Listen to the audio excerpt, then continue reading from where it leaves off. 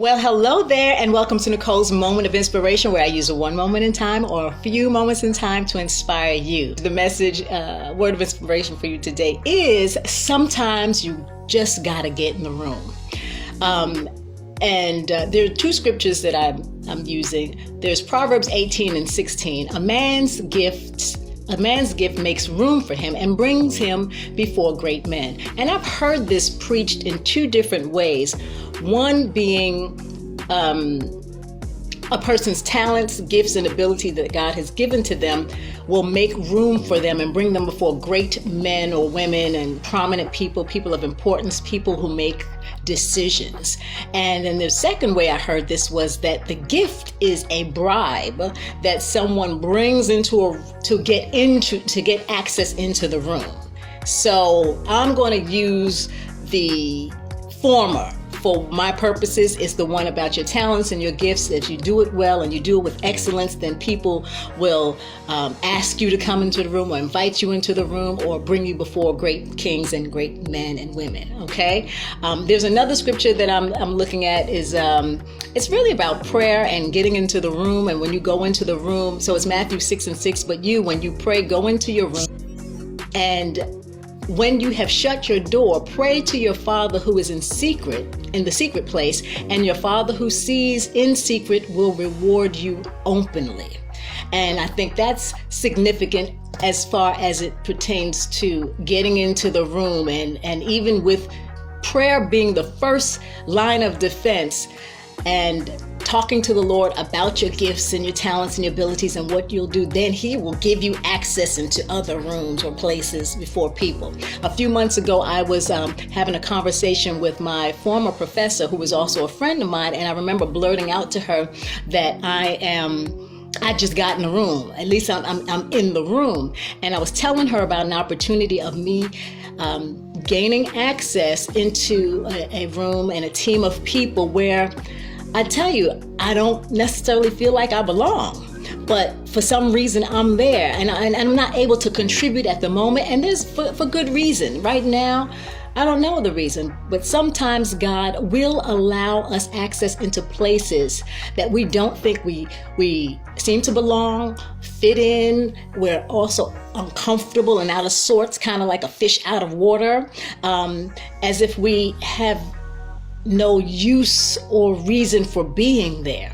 But rest assured that if God gives you access into any place or meeting, first of all, when anyone gathers, whether it's 2 people or 20 or 200, there's a reason, there's a purpose, there's a commonality for why the people are in this particular room. So if God has given you access into any kind of room, relationship, or otherwise for that matter, there's a reason why He has given you some access. Now, it could be a business partnership, it could be a friendship, it could be a deal of any sort, but there's a reason for why he's placed you in that posture or that position. And here are a few reasons that I just think is appropriate.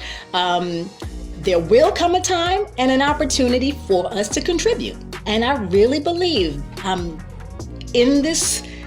amongst this team every now and again, and in this meeting, and a couple of meetings and teams and stuff like that, for a reason. And they're going to be, sometimes I can contribute depending on the group, and then sometimes I'm just there to listen. So that's number 2.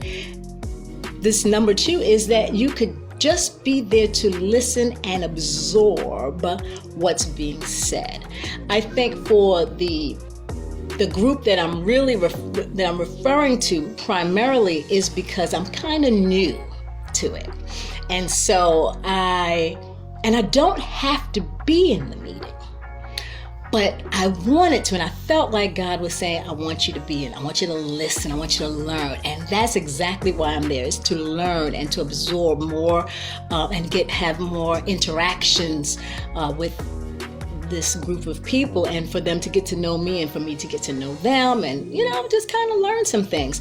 And the last thing is maybe He wants to expand our vision, allowing us to see from a perspective we've never seen before amongst the people we've never interacted with before. So and I think that is it too, because I also have gotten some creative flows while I've been in this particular meeting and in this room. So he may be giving you a glimpse of something and hoping that you will catch and be encouraged by being in the room. It's an eye-opening experience that he does not want you to miss. So whatever the reason is, God will reveal it. And when you're in the room, just keep asking him, because I keep asking him, God, what is the reason why I'm in here? But I feel, led to keep going.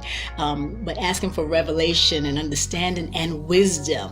If you don't have to speak, don't speak. We're not always required to say something, but just sometimes really be listening, right? Because I've heard it said that good and great leaders are listeners first. So perhaps you're in the room just to listen. And then when at the appointed time, just like Jesus had an appointed time to turn water into wine when he was at the wedding, and that was a room full of people, then there will be an appointed time for you and I to contribute and share what God has given us to share, or do what he's given us to do. So I just want you to be encouraged. The song that I want you to hear is a classic. It's from the Georgia Mass Choir, and it's Come On in the Room. She walked in that closet. Come on. The children were walking behind her. By the way, let's get in the room of the closet first with God. Pray earnestly. Seek him diligently with your faith, and he will reward you openly. And maybe that reward is getting you in the room. How about that? In the room. All right. So when you get in the room, just say thank you, Lord. Thank you for access. Thank you so much for stopping by my channel. I hope this was a blessing to you. Leave a comment and let me know.